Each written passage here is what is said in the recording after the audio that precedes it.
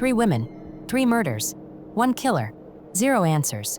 Between 1968 and 1969, Glasgow's fog-draped streets hid a predator so methodical, so invisible, that even now, half a century later, his name is a ghost. He didn't slash his victims in shadowed alleys. He didn't bury them in shallow graves. No, he danced with them first. He quoted scripture. He walked them home under the guise of chivalry. And then, he destroyed them. But here's what he didn't erase, the detail that still claws at the logic of detectives, true crime obsessives, and even psychologists. All 3 women were menstruating. Was it a coincidence? A sick obsession? Or a key to understanding a mind warped by religion? Shame or rage? Patricia Docker, Jemima MacDonald, Helen Pudek. 3 names, 3 lives. 1 thread binding their tragedies, the Barrowland Ballroom. A place where young women went to laugh, to drink, to forget the gray grind of Glasgow, and where one man went to hunt. He left no fingerprints, no witnesses, no trace except for that one chilling detail. A detail so intimate, so deliberate, it feels less like a clue and more like a taunt. A riddle written not in code, but in blood. This isn't just a story about a serial killer. This is a story about how a city's neon-lit joy turned to paranoia, how a phantom in a well-pressed suit became a legend, and how 3 decades of DNA, sketches, and whispers still can't answer the question. Who was Bible John? But let's start with what we do know, and why what we don't know will keep you awake tonight. To understand Bible John, you have to step into his hunting ground. It's 1968. Glasgow is a city of cobblestone grit and shipyard sweat, where post-war hope collides with working-class fatigue. But on weekends, the Barrowland Ballroom lights up like a carnival. Imagine it, 1,000 feet shuffling on a sprung wooden floor, the air thick with cigarette smoke and youth-dew perfume, women in miniskirts and kitten heels, men in sharp suits with Brill-cream hair. The DJ spins Motown. Soul, the Supremes, music that makes you forget the rain, the bills, the grind. This is where life happened, where first kisses were stolen, where friendships were sealed with a shared bottle of brown ale, where the hum of a neon sign felt like a promise. But in the corner of that glittering room, a man sits alone. He's not like the others. No loud jokes, no slouched shoulders, neatly pressed trousers, hair trimmed short. When he speaks, it's soft, almost shy. He buys drinks but doesn't slurp them, dances politely, never grabs. And when the night deepens, he leans in and quotes proverbs or psalms, words that feel out of place here, between the whiskey and the disco lights. Women call him a gentleman, a rare breed in a room of rowdy sailors and factory boys. They don't notice how he watches, not their faces, but their hands clutching handbags, dabbing lipstick, checking wristwatches. They don't see him noting who slips away to the bathroom, who lingers by the exit, who's alone, because the Barrowland wasn't just a dance hall. It was a stage, and he wasn't just a killer. He was a performer. Every interaction a rehearsal, every smile a costume. His ritual wasn't just murder, it was the game, the charm, the Bible verses recited like lines in a play only he understood. But here's the cruelest twist. The very thing that made the Barrowland magical, its warmth, its chaos, its trust in the night, is what made it perfect for him. In a room that felt like family, nobody noticed the wolf. Not until the music stopped and the screaming began. We need to talk about them, not just as victims, but as women. Women who laughed, who worked, who loved. Women whose lives ended in ways so cruel, so calculated. It feels like a violation just to say their names, but we will say them, because they deserve more than to be footnotes in a killer's story. First, Patricia Docker, 25 years old, a mother to a little boy, the kind of woman who'd save her wages to buy him chocolate, who'd dance at the Barrowland just to feel alive again after long days at the factory. On February 23rd, 1968, she left her sister's flat wearing a smart green coat. Her last words? "I'll be back for a cuppa." She never returned. Her body was found in a ditch, strangled, her handbag missing. Then Jemima MacDonald, 32, a waitress at a cafe near the docks. Colleagues called her the chatterbox. She knew every customer's order by heart. She went to the Barrowland alone on August 15th. 1969, no one saw her leave. 5 days later, a man walking his dog found her near Glasgow Necropolis Cemetery. She'd been beaten, stripped naked, left like rubbish. Finally, Helen Pudek, 29. A newlywed. Her husband, George, had gifted her a charm bracelet for their first anniversary. On October 31st, 1969, she danced with a man in a checked suit. He told her he was a father. He quoted the book of Proverbs. He walked her home. Helen's sister, Jean, saw him leave. 2 days later, Helen was found near her apartment, semi-naked, bruised, a stocking tightened around her neck. 3 women, 3 timelines, but 2 threads bind them. All were last seen at the Barrowland Ballroom. All were menstruating when they died. Now pause here. Let that sink in. A nightclub, a biological process half the population experiences. How could these details be connected? Was he selecting them because of it? Could he somehow know? Or was this a grotesque coincidence? A red herring that's derailed the case for decades? Patricia, Jemima, and Helen didn't know each other. They had different lives, different circles, but they shared one fatal commonality. They trusted the wrong man in the right place. A man who didn't rage, didn't stalk. A man who waited, who studied, who chose. And that's the true horror, isn't it? This wasn't chaos. It was a pattern only he understood. How do you catch a ghost? Bible John didn't just kill, he erased himself. No fingerprints, not a single fiber left behind, no screams heard, no bystanders who saw a struggle. Because there was no struggle. Let's break it down. Step 1, the illusion. He wasn't a hulking brute. He was a salesman. Of charm. Of normalcy. He didn't lurk, he blended. A well-dressed man offering a cigarette. A dance. A Bible verse. Who'd suspect him? Step 2, the trap. He didn't drag his victims into alleys. He walked them there. Voluntarily. Because he knew Glasgow's streets like a rat knows sewers. The shortcut behind the bakery. The unlit path near the train yard.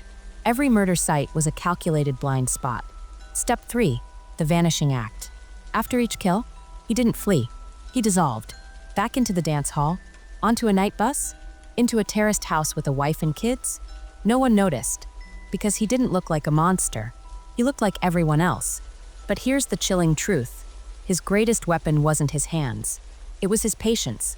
He waited for the perfect trifecta, a woman alone. A woman menstruating. A woman trusting enough to let a stranger walk her home. How did he know about their cycles? Did he ask? Did he sniff out tampons in their handbags? Or was it pure coincidence? We'll never know. Because Bible John wasn't just smart, he was lucky. And here's the kicker. In 1969, Glasgow had no CCTV, no DNA databases, no way to link a killer to a crime scene unless he wanted to be found. He exploited that. Became a shadow in a city of fog. But the question remains, who was he? A trucker who knew the roads? A soldier trained in evasion? A salesman who mapped Glasgow door to door? Or worse, a nobody? A face so bland, so average, that even his neighbors wouldn't remember him. That's the real horror. Because monsters in stories grow fangs. Monsters in real life? They grow sideburns. They quote scripture. They say goodnight before they destroy you. And then they vanish. Let's talk about the why. 3 women, 3 murders. One detail that changes everything. Blood. Not the blood he spilled, the blood that was already there. Menstruation. A natural process. A private process.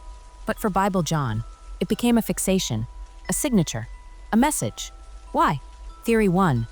The scripture of shame he called himself Bible John because he quoted the Bible. Proverbs. Psalms. Words about purity. Sin. Punishment. Was this a warped crusade? Did he see himself as God's executioner, targeting women he deemed unclean? In 1960s Scotland, periods were whispered about, hidden, taboo. To a fanatic, maybe that blood wasn't just biological. It was sinful, a stain to wash away. But here's the problem, Patricia, Jemima, and Helen weren't sex workers. They weren't outcasts. They were ordinary women, daughters, mothers. So why them? Unless he wasn't punishing them. He was punishing himself. A self-loathing projection. A man haunted by his own desires. Murdering what he feared in his soul. Theory 2. The blood collector some killers take trophies, locks of hair, jewelry.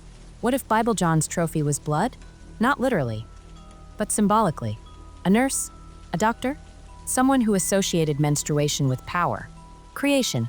Life. Someone sterile. Maybe.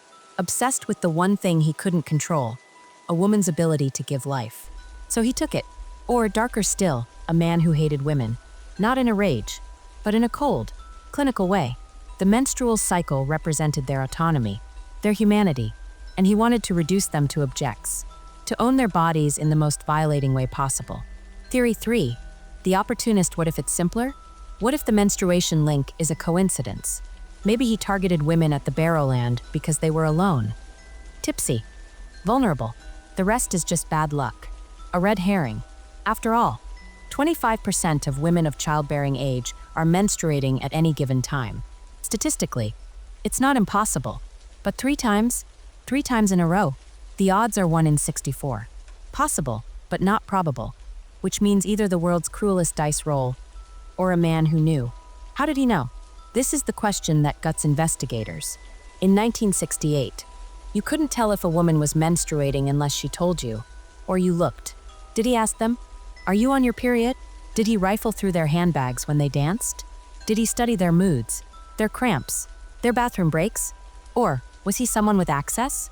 A pharmacist selling sanitary products? A doctor?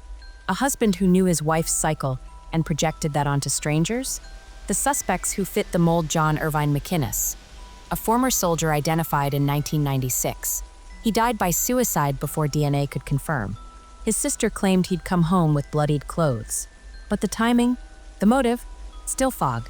Peter Tobin, a serial killer who prowled Scotland decades later. He mimicked Bible John's methods. Coincidence or confession? The taxi driver, Helen Pudik's sister, swore the killer had a Glaswegian accent.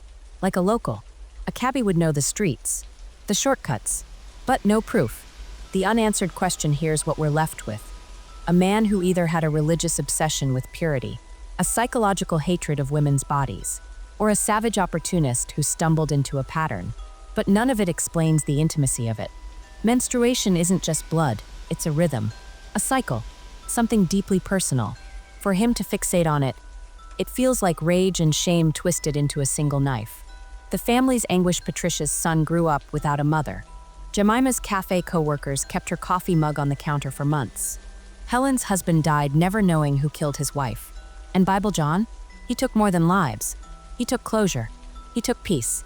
The terror of not knowing, because here's the truth. We don't know. We don't know if he's dead. We don't know if he killed more women. We don't know if he's someone's grandfather now, smiling at Christmas photos, his past buried under lies.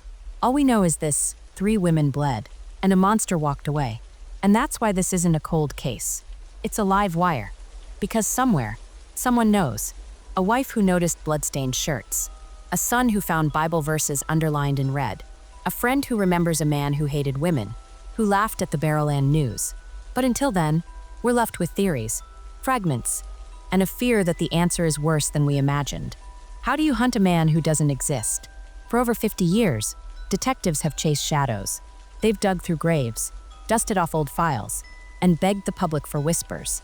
But Bible John doesn't live in the evidence. He lives in the maybes, the what-ifs, the almosts. Let's walk through the fog.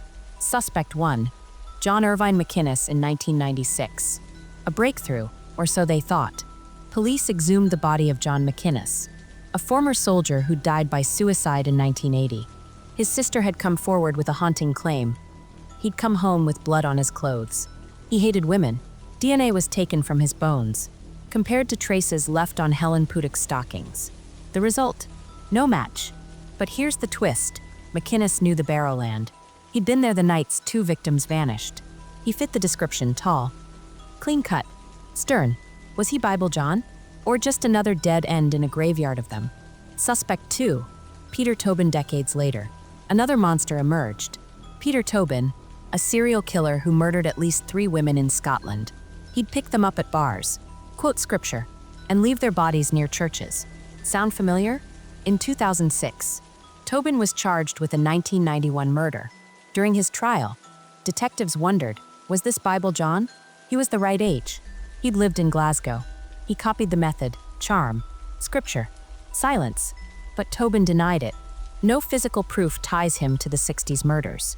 So copycat or confession?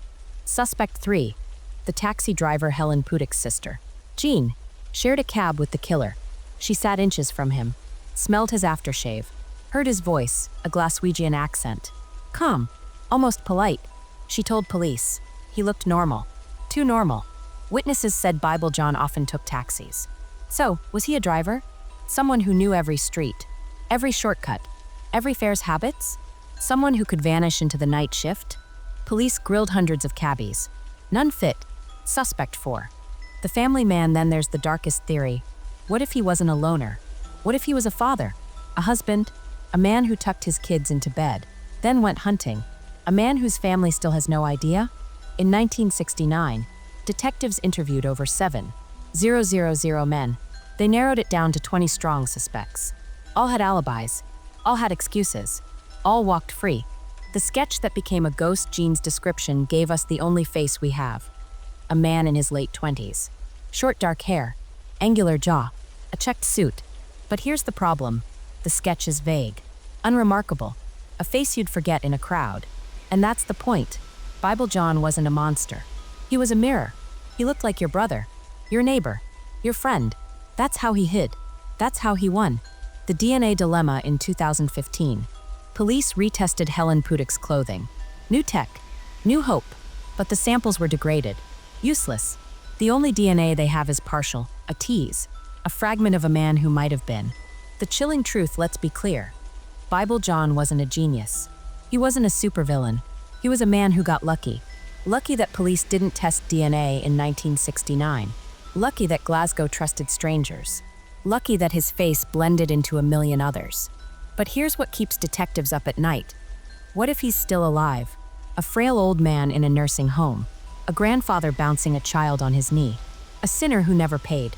Or what if he's buried in an unmarked grave? A nameless corpse. A secret swallowed by the earth. The legacy of a ghost today. The case is cold, but not forgotten. Every few years, a tip comes in. A daughter remembers her dad's rage. A widow finds a Bible with underlined verses. A pensioner whispers, "I think it was my uncle." None lead anywhere, because Bible John isn't a person anymore. He's a myth, a warning, a reminder that evil doesn't always snarl. Sometimes, it smiles, it quotes scripture, it opens doors for you, and then it follows you home. Why does Bible John haunt us?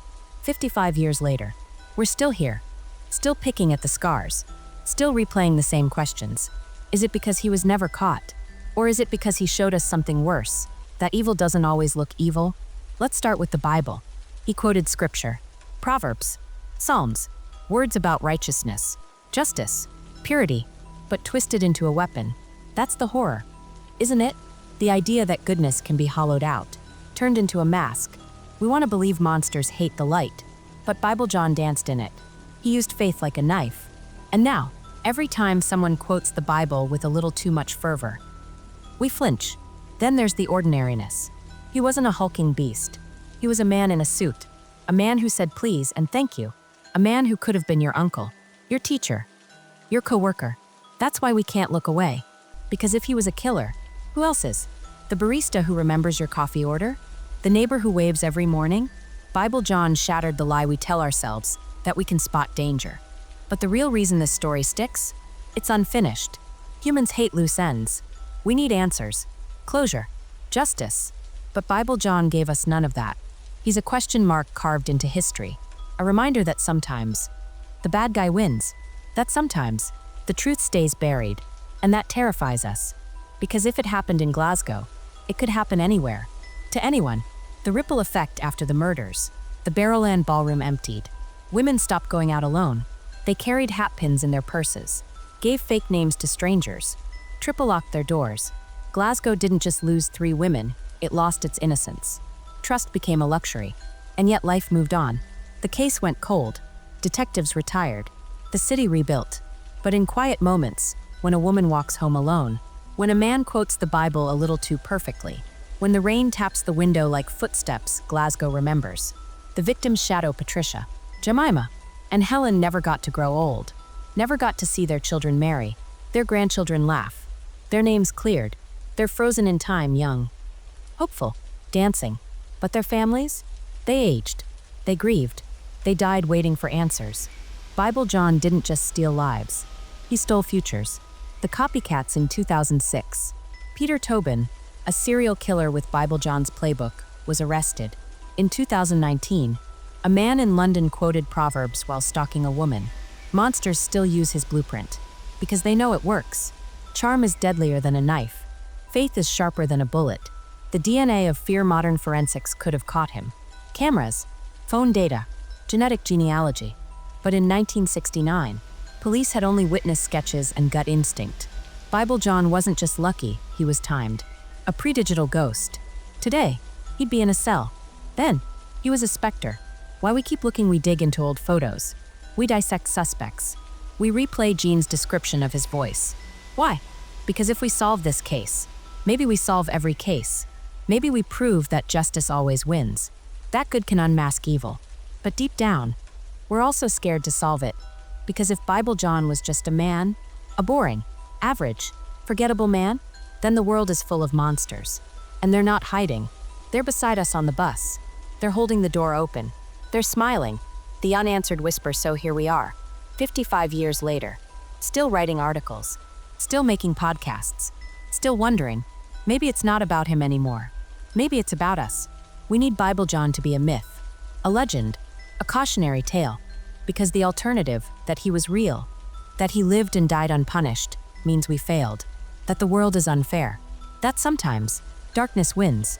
But here's the truth we're avoiding. It already did. 3 women are gone. A killer walked free. The world kept spinning. And yet, we keep searching. We keep asking. We keep lighting candles in the dark. Why? Because giving up means letting him win. So we tell their stories. We say their names. We keep the file open, even if it's just a gesture, a prayer, a promise to the dead, we haven't forgotten you. And maybe that's the real legacy. Not the fear he left behind, but the stubborn, defiant hope that one day, the fog will lift, that a name will surface, that a ghost will finally be buried. Until then, every time you meet a stranger, you'll wonder. Every time you hear a Bible verse, you'll pause. Every time you dance, you'll glance over your shoulder. Because Bible John isn't just a killer. He's a ghost. And ghosts don't die. They haunt. What if I told you the answer is closer than you think? 3 women, 3 murders, 1 question that refuses to die. Who was Bible John? Maybe he's buried in a pauper's grave under a fake name. Maybe he's scribbled in a detective's notebook, forgotten in an evidence locker. Or maybe, right now, he's sitting in a sunlit kitchen, sipping tea, reading this story with a smirk. We'll never know. But let's linger here, in the not knowing. Let's walk Glasgow's streets one last time, past the Barrowland Ballroom. Its neon signs still buzzing, its floorboards still creaking with the ghosts of 1,000 dances. The music hasn't stopped. The saxophones still wail. The couples still sway. But now, when you squint at the crowd, you see them, Patricia, Jemima, Helen, frozen in time, their laughter trapped in the air like dust motes. And beside them, a shadow, a man in a checked suit, a man no one noticed. He's not a demon, not a myth. He's just a man who woke up, fried an egg, tied his shoes, and chose to destroy lives. A man who melted into the world so completely, he became invisible. That's the secret, isn't it? The worst monsters aren't under the bed. They're the ones who made the bed, who packed lunches, who waved to neighbors, who hid their violence behind normalcy. So here's what's left. A sister who still hears his voice in her dreams. A son who grew up staring at the door, waiting for a mother who never came home. A city that learned to fear the ordinary, a polite smile, a Bible verse, offered hand. And you, yes, you, the one listening. You'll leave this story and step back into your world. You'll pass strangers on the street. You'll make small talk. You'll laugh. But somewhere, in the back of your mind, you'll hear it, the whisper. What if? What if the friendly cashier? What if the quiet librarian? What if the man holding the elevator? Bible John taught us that evil isn't a thing. It's a choice made by people who look like people. And that lesson, it's etched into us now. So we keep digging, keep arguing, keep writing his name in articles and books, desperate to turn him from a ghost into a man. Because if he's a man, he can be caught, punished, forgotten. But what if he's both? A man who became a ghost, a killer who died free, his secrets rotting with him. There's no victory here, no closure, only 3 graves, only a jazz song that still plays in an empty ballroom, only the dread that monsters don't just live among us, they outlive us. So I'll ask you one last time, who is Bible John? Look around. Maybe you've walked past his grandson. Maybe his face stares back from a family photo in a thrift store. Maybe his initials are carved into a park bench, weathered by rain. Or maybe he's you. Not literally, but in the way that matters. He's the doubt you feel when a stranger's eyes linger too long. The chill you get when someone quotes scripture a little too perfectly. The part of you that knows, deep down, we never really know anyone. 3 women, 3 murders, 1 question, and somewhere, faint as a breath on glass, the music plays on.